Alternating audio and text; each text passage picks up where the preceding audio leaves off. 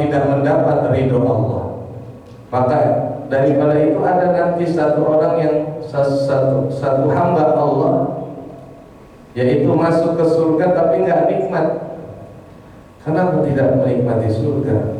Karena yang dia inginkan adalah Allah, bukan surga. Dia cari-cari itu, sibuk nyari Allah di dalam surga, sehingga tidak sempat nikmatin nikmatnya surga. Yang lain mah asik nikmatin, tanpa peduli di mana Allah. Tapi orang yang cinta karena Allah di surga tidak terasa enak, karena tidak bertemu dengan Allah. Karena itulah begitu diuji mereka terhadap diciptakan surga, mereka berpaling kepada surga dan meninggalkan Allah. Tinggal 90% lagi keluar memilih surga dan meninggalkan Allah, sedangkan sisanya tinggal 10%, tinggal 1, jadi 1/10 ya.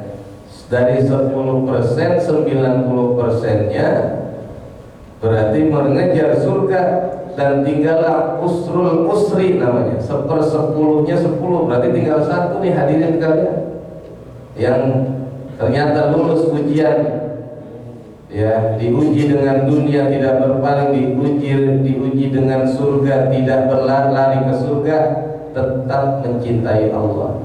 Maka kemudian Allah tanya lagi kepada mereka, man antum, siapa kalian gerangan yang tinggal 1% saja? Maka mereka menjawab, ahbabuka, kami adalah kekasih-kekasihmu, kami adalah pencinta-pencintamu ya Allah. Tidak lagi mengaku sebagai hamba, karena hamba hanya ketika belum diuji. Begitu diuji dunia, itu hamba lari ke dunia. Begitu diuji surga, itu hamba lari ke surga. Maka hamba tidak lagi sejati. Yang sejati adalah kekasih. Mereka mengaku kekasih Allah. Maka terakhir Allah katakan kepada mereka, faqala unzuru ma taqulun, pertimbangkan lagi pengakuanmu bahwa engkau mengaku cinta kepadaku. Fa innal muhib la yasrifu sarifun wa la tamdu suyuf. Sesungguhnya seorang yang betul-betul cinta, kalau sudah cinta itu tidak akan berpaling. Maka mereka berkata kepada Allah, imtah nabi masyita, kalau engkau masih ragu maka ujilah kami kembali. Maka Allah uji mereka, fadarabahum bi anwa'il bala wa quti'a atraquhum fasabbitu lidzalika wa huwa alladzi sabbatuhum. Apa yang Allah uji jemaah sekalian, Allah limpahkan kepada mereka, yaitu dengan berbagai macam bala, dengan berbagai malapetaka, dengan bencana mereka ditimpa oleh Allah Ta'ala sebagai ujian. Kalau toh tadi ujian kesenangan mereka nggak lulus, kebanyakan tidak lulus, sekarang diuji dengan bencana. Ternyata yang tinggal 1% diuji berbagai bencana oleh Allah. Fasabbatu, mereka tetap kukuh, mereka tetap loyal kepada Allah. Wa huwa alladzi sabbatuhum, sebagaimana yang dari awal mereka, yang tersisa dari sekian persen banyaknya orang yang berpaling tinggal sedikit, mereka lah yang subur, mereka lah yang loyal. Lalu Allah berkata kepada mereka, antum abidi, kalian adalah hambaku yang sejati. La ila dunya miltum, tidak kepada dunia kalian berpaling. Wala ilal jannah zahabtum, bahkan aku goda kalian dengan surga, kalian tidak pergi ke surga. Wala minal bala, yang terakhir aku uji kalian dengan bencana. Ternyata farortum, kalian tidak lari, tetap menyembahku. Saudara jamaah sekalian, dan kita berdoa, sekalian kita berdoa kesempatan ini, semoga saudara-saudara muslim kita yang tengah diuji dengan aneka macam musibah bencana alam ya, baik yang di Cianjur ya, kemudian yang di Garut, lari ke Jawa Timur, ini lagi terus menerus musibah tidak berhenti-berhenti, semata-mata itu adalah ujian hamba Allah Ta'ala. Semoga mereka tidak meninggalkan Allah Ta'ala, tetap mencintai Allah Ta'ala. Nah, inilah jamaah sekalian ciri atau siapakah yang disebut tadi al-muhibbina, mereka yang betul-betul cinta kepada Allah, yang telah melalui berbagai macam ujian, baik ujian kesenangan maupun ujian kesusahan. Dari sini kita paham bahwa tidak semua bentuk ujian itu susah. Justru ujian senang ini yang berat. Ujian susah berat, tetapi yang lebih berat lagi ujian kesenangan, ujian dunia, ujian surga. Ini berat. Kalau ujian bencana biasanya rada gampang, rada tahan. Kalau orang miskin diuji, ya, orang miskin diuji dengan kemiskinan gampang ingat sama Allah. Tetapi orang kaya diuji dengan kekayaan, kebanyakan yang lupa kepada Allah. Demikian sebagai prolog pembukaan mukadimah kajian kita. Barangkali mau dikembangkan dengan sesi pertanyaan. Fal yatafadhal.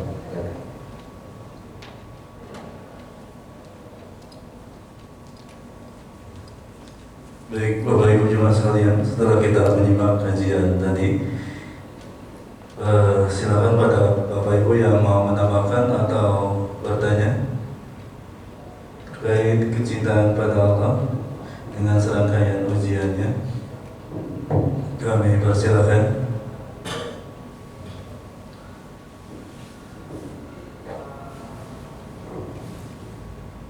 Kami silakan, ada yang mau bertanya atau menambahkan? Atau paham semua ini kayaknya? Kami persilakan. Dari Mas Lutfi mungkin? Mas Lutfi? Pak Zulfi?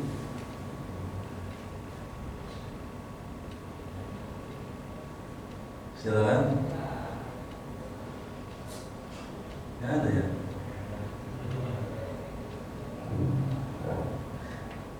Baik, Ustaz, sedikit bertanya tentang kecintaan pada Allah, mahabbatullah. Analoginya begini, Ustaz. Kalau setiap murid dengan gurunya, murid kalau cinta pada gurunya itu biasa aja. Artinya semua murid juga bakalan cinta pada gurunya. Tapi gak semua guru cinta pada muridnya. Artinya guru itu memperhatikan betul pada muridnya. Nah, ini kira-kira kalau dikaitkan dengan ketuhanan, Ustaz, semua hamba itu cinta pada Allah. Tapi bagaimana cara kita meraih cintanya Allah pada kita, gitu, Ustaz? Agar Allah itu selalu membimbing kita, mencintai kita. Itu caranya gimana, Ustaz? Ya, betul. Jadi pada dasarnya dalam kajian tauhid itu adalah sifatur Rahman, sifat-sifat Allah itu adalah mukhtalif alal basariyah. Pada dasarnya ada kemiripan dengan sifat manusia. Contoh, orang akan memberikan perhatian kepada orang yang pengabdiannya lebih besar kepada dirinya. Sama Allah juga begitu kepada hambanya. Dalam satu hadis dikatakan al-ajru ala qadri taqah. Allah akan memberikan pahala sesuai dengan kelelahan. Sesuai dengan kelelahan. Kalau kita membaca Quran perbandingannya hanya sekian ayat, pahalanya ya sedapatnya seperti itu. Tapi kalau kita membaca Quran dengan sekian surah, maka pahalanya pun akan didapati sesuai dengan kelelahan yang kita lakukan. Begitulah karakter Allah Ta'ala, namanya sifatur Rahman ala mukhalitul bil basariyah. Jadi sifat-sifat Allah itu rada mirip-mirip dengan sifat-sifat kemanusiaan. Seseorang yang menjadi pemimpin, maka dia akan respect kepada bawahannya yang punya loyalitas tinggi, yang